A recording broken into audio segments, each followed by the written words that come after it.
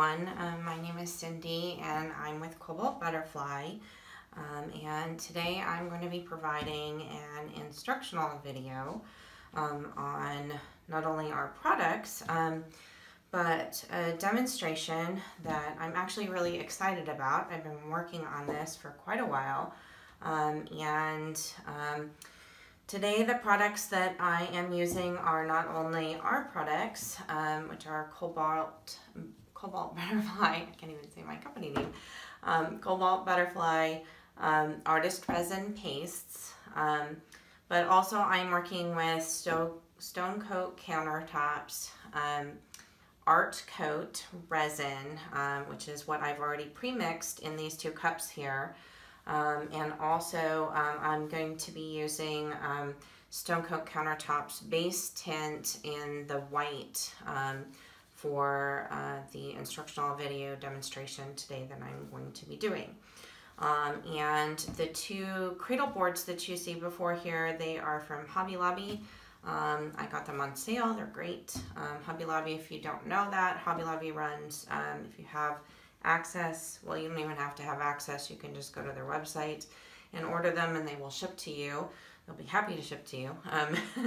But anyway, they have great sales, so keep an eye on Hobby Lobby. They have 50% off on these cradle boards. The ones before you today are a size of 12 by 16. And so they are a great deal.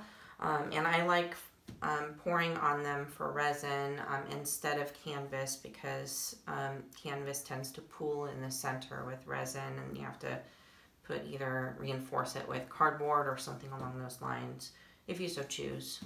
Some people don't, but that's just my personal preference. So anyway, so the demonstration that I'm going to be doing today is I am going to actually put two different amounts of the Stone Coat base tint of the white, is my color preference in this case, in these two different cups of resin, which is going to be my background base. And then I'm going to be pouring color resin over the top of those. And the reason why I'm doing two different amounts is to demonstrate that you can get varying degrees of cells by controlling how much Stone Coat base tint that you put in there. I'm sure that this would actually work as well with any solvent-based tint that you use. I know I have seen others use Angel White by Resin. That's another type of cell producing background, or in conjunction with pastes that work to produce cells. Another might be, some people use spray paints and so forth. So those are examples of solvent-based. I don't know if all Angel White necessarily has solvent-based in it, but I know it produces cells. I have seen it demonstrated with our pastes specifically, as well with other pastes. So those are some examples for you. So I'm going to go ahead and get started here. In my first example, I'm going to actually use, I actually like to use spoons for, once I mix it up, I actually use it as well to spread it around on my board. I like the back of it. It's just a little technique that I tend to use. So in the first cup, I'm actually going to be using it for measuring. The second cup, I'm actually just going to pour directly out of my bottle here. I use a bottle to store Stone Coat base tints in, so that they don't form that skin over it. I've seen a lot of different artists use many different ways to store their base tints in so they don't get that skin. So if you don't know about those techniques to save from getting those skins over them, the containers that Stone Coat are shipping them in, they're actually now saying that those are just temporary containers for artists, because when they originally designed them for their countertops, that they were intended to be just for one-time use, with their countertops to be dumped all at one time into coloring the countertop epoxy. So anyway, okay, here we go. So I'm going to shake it up to give it, get it all mixed up, and then we're going to get going here. So, and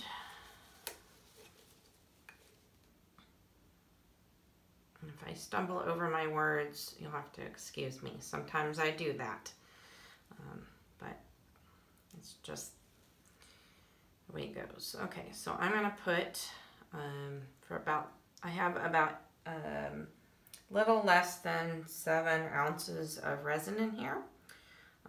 So I'm probably going to put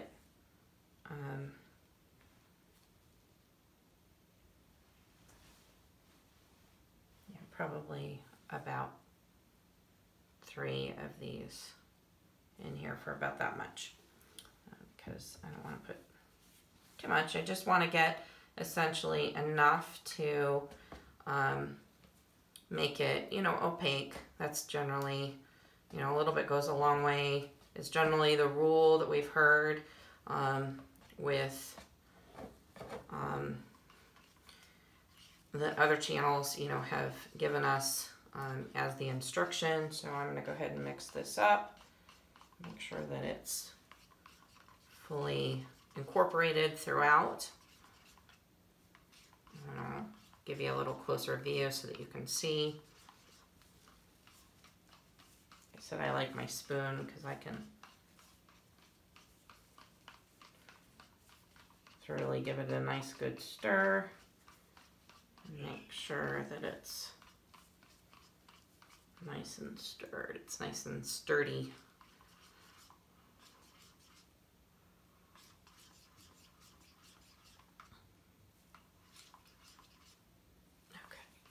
I think everything's mixed up here. So you can see the side, there's nothing, no swirls there, and everything is nicely incorporated. So, and that was about 3 of these teaspoons approximately. So, okay.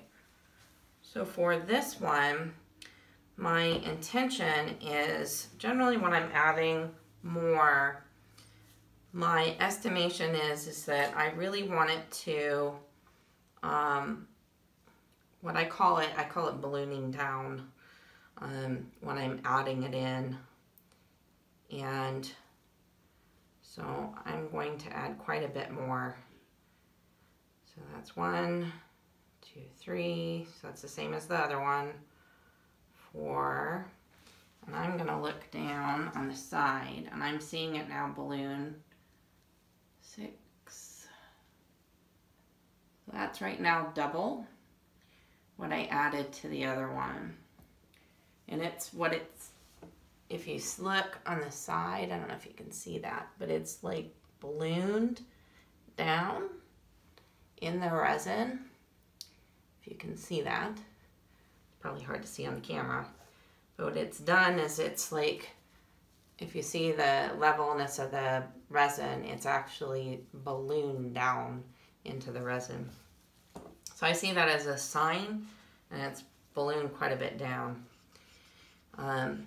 So that's sort of in my measurement. I know it's kind of not really exactly scientific, but that's my gauge.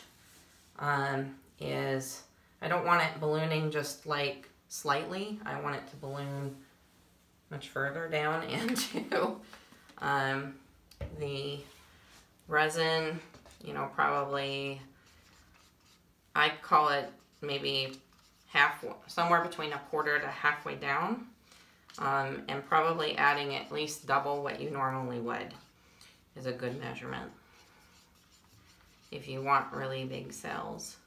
And we'll see the difference as I pour here between the two. You'll also notice that your resin will smell significantly more like the Stone Coat base tint. I've done this with several pieces. I haven't had any problems with curing. Of course, if you do have a problem with curing, I will say that, you know, as resin artists, you know, just, you know, we can always, if we do have an issue, you know, we can't always pour, you know, scuff it and pour over on top. So, you know, if you're concerned, my best advice is give it a shot and know that if it's going to, that was always my test, was I'm going to try it. And as you can see, I'm not having any problems with the, what we call marshmallowing. But give it a test, and if you're concerned, you know, make sure that, you know, you're safely, you know, doing it. Make sure also, if you're doing this, make sure you're in a well-ventilated area, that if you're concerned about anything, you know, wear your protective clothing, you know, all those safety precautions. I mean, that, I always recommend all of that. So I don't recommend trying anything if you're ever concerned about it. So this is all just my tests of, you know, I tested all of this because I was wanting to see if I could produce larger cells and what was the way that I could get them, because I had some smaller cells, and I was actually purely by accident. It wasn't me trying to get them. I added too much one day. That was actually how I did it. It really wasn't me trying to do it. I accidentally added too much, and I said, okay, well, why don't I see how it goes? So, okay, so on this side, I'm going to go ahead and pour out.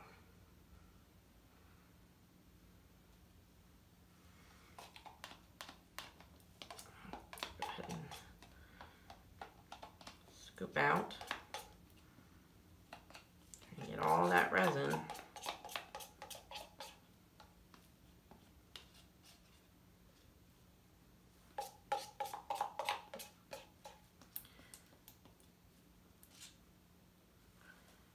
Okay.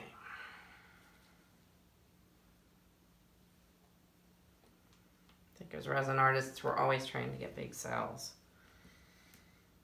For the longest time, I had a hard time getting cells, and I know I've seen that on some of the other groups that I participate in. That a number of people have had trouble, like myself, getting cells and producing them. And it does take some practice. Eventually, you know, you get there. I think it also helps having, you know, the right products. I think when I was just working with micas alone, I got a few small ones, but not as much as when I moved to pastes.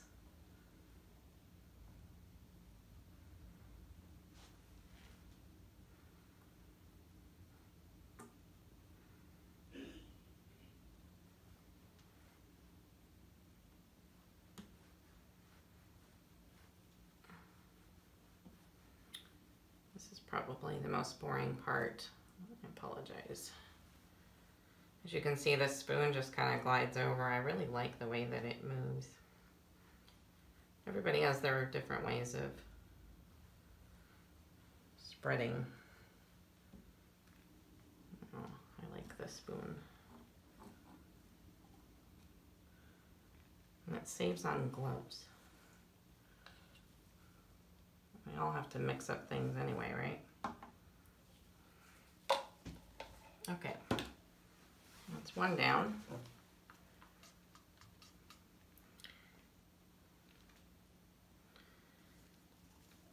Here goes the second one.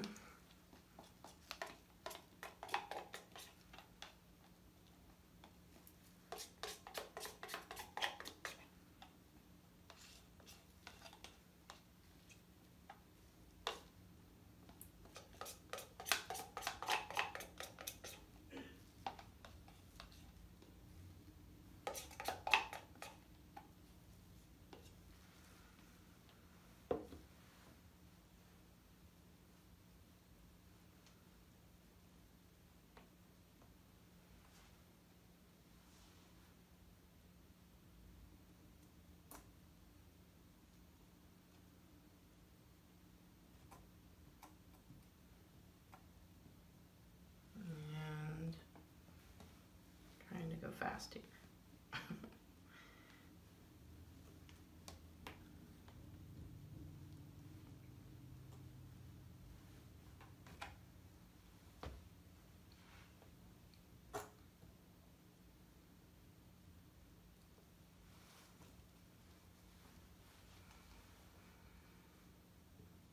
Almost done.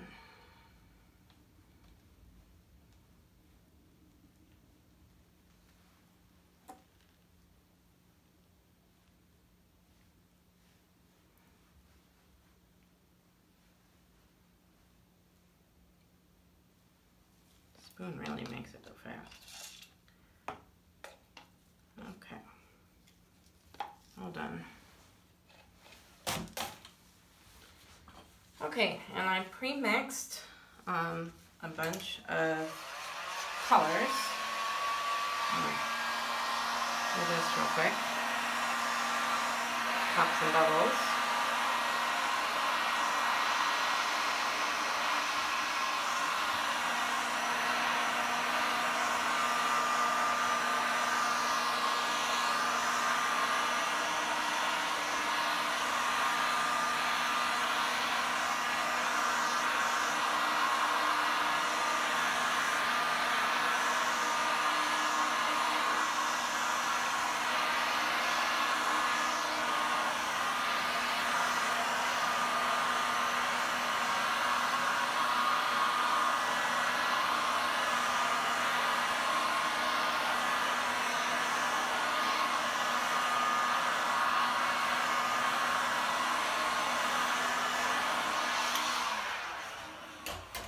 Okay, so I am working today with Placer, which is our Cobalt Butterfly, one of our products that's on our website. If you haven't been to our website, it is www.cobaltbutterfly.com, and we'll be putting this in the message box below, along with our Facebook page and our Instagram.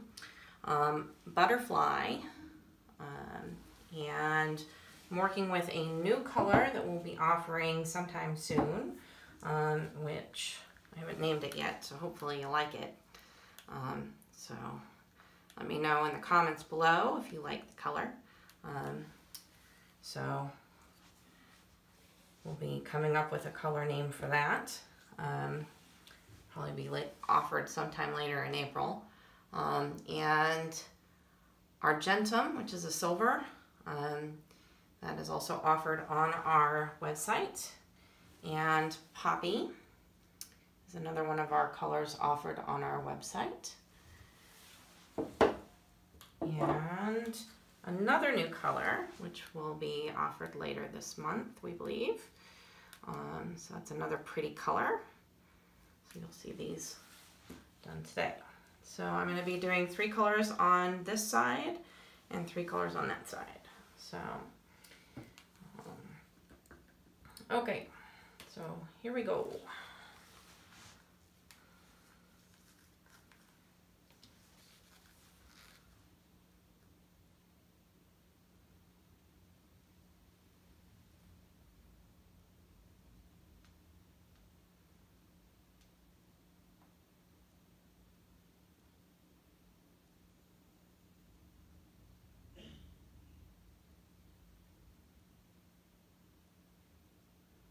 So this is the butterfly you're seeing here laid down. And this one, the rest of it out here. I love this color. I call it our signature Cobalt Butterfly color. Hence our name, Cobalt Butterfly.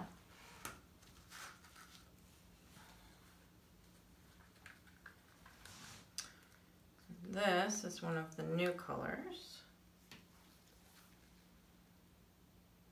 yet to be named.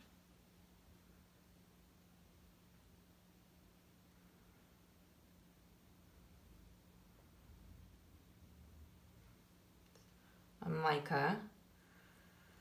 Butterfly is a pigment, like a matte color.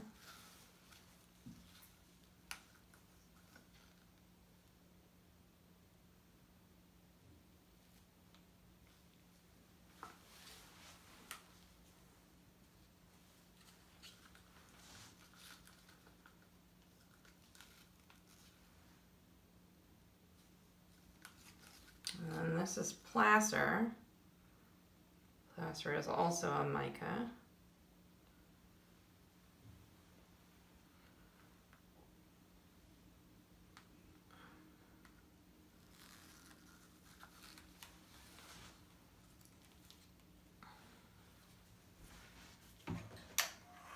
Okay, so this is the one that has more of the stone coat in it.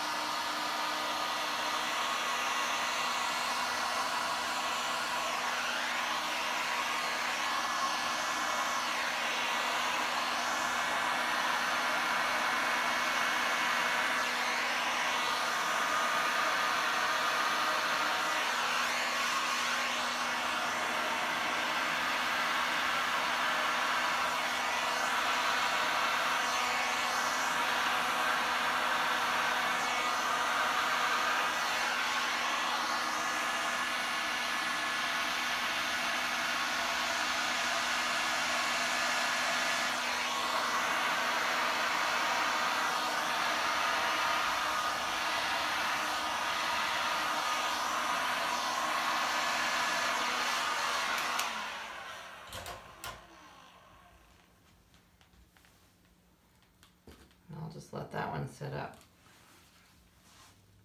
You can stare at that while I'm working on this other one.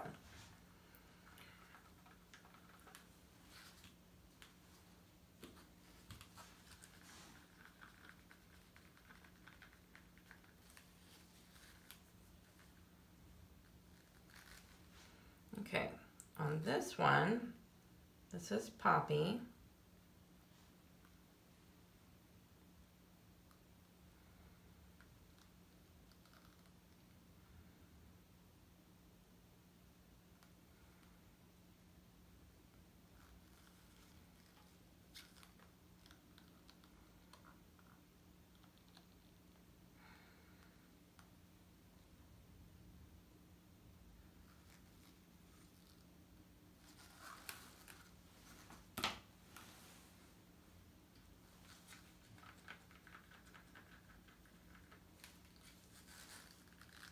We have actually named this one. I believe we're calling it Serpentine. But we haven't released it yet. We are waiting for product to come in. So again, it'll be available later this month once product comes in and we get everything released. So it is not available on our website yet.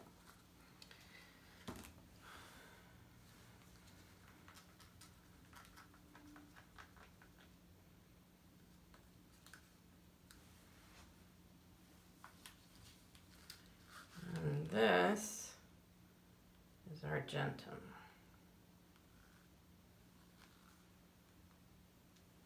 Which is a silver.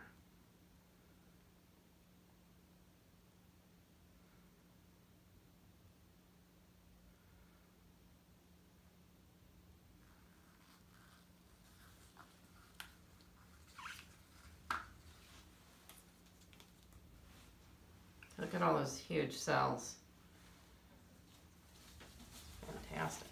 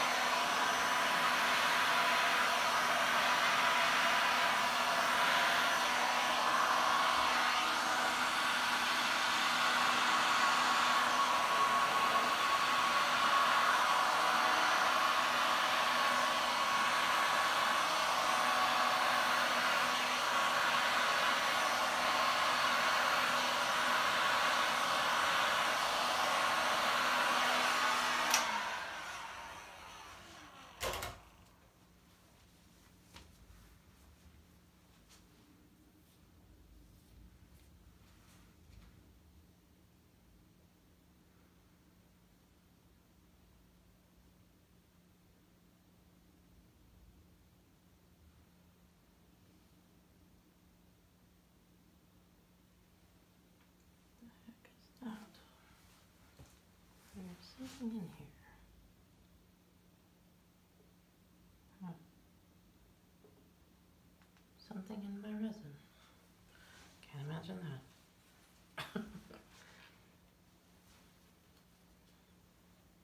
It's either that, sometimes it's cat hair.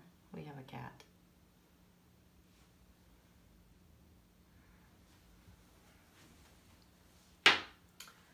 Today it did not look like cat hair.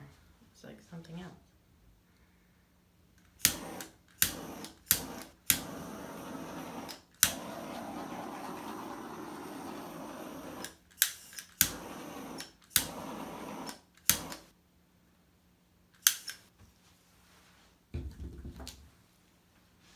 That might actually be cat hair.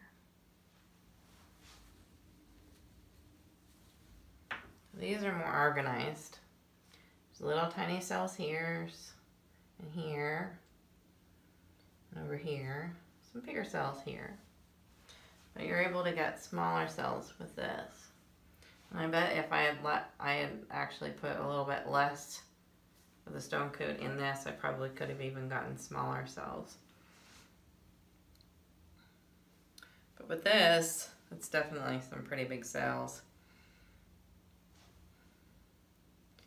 And a little bit less organized. If I had actually put a little bit less in, it probably would have been a little bit more organized.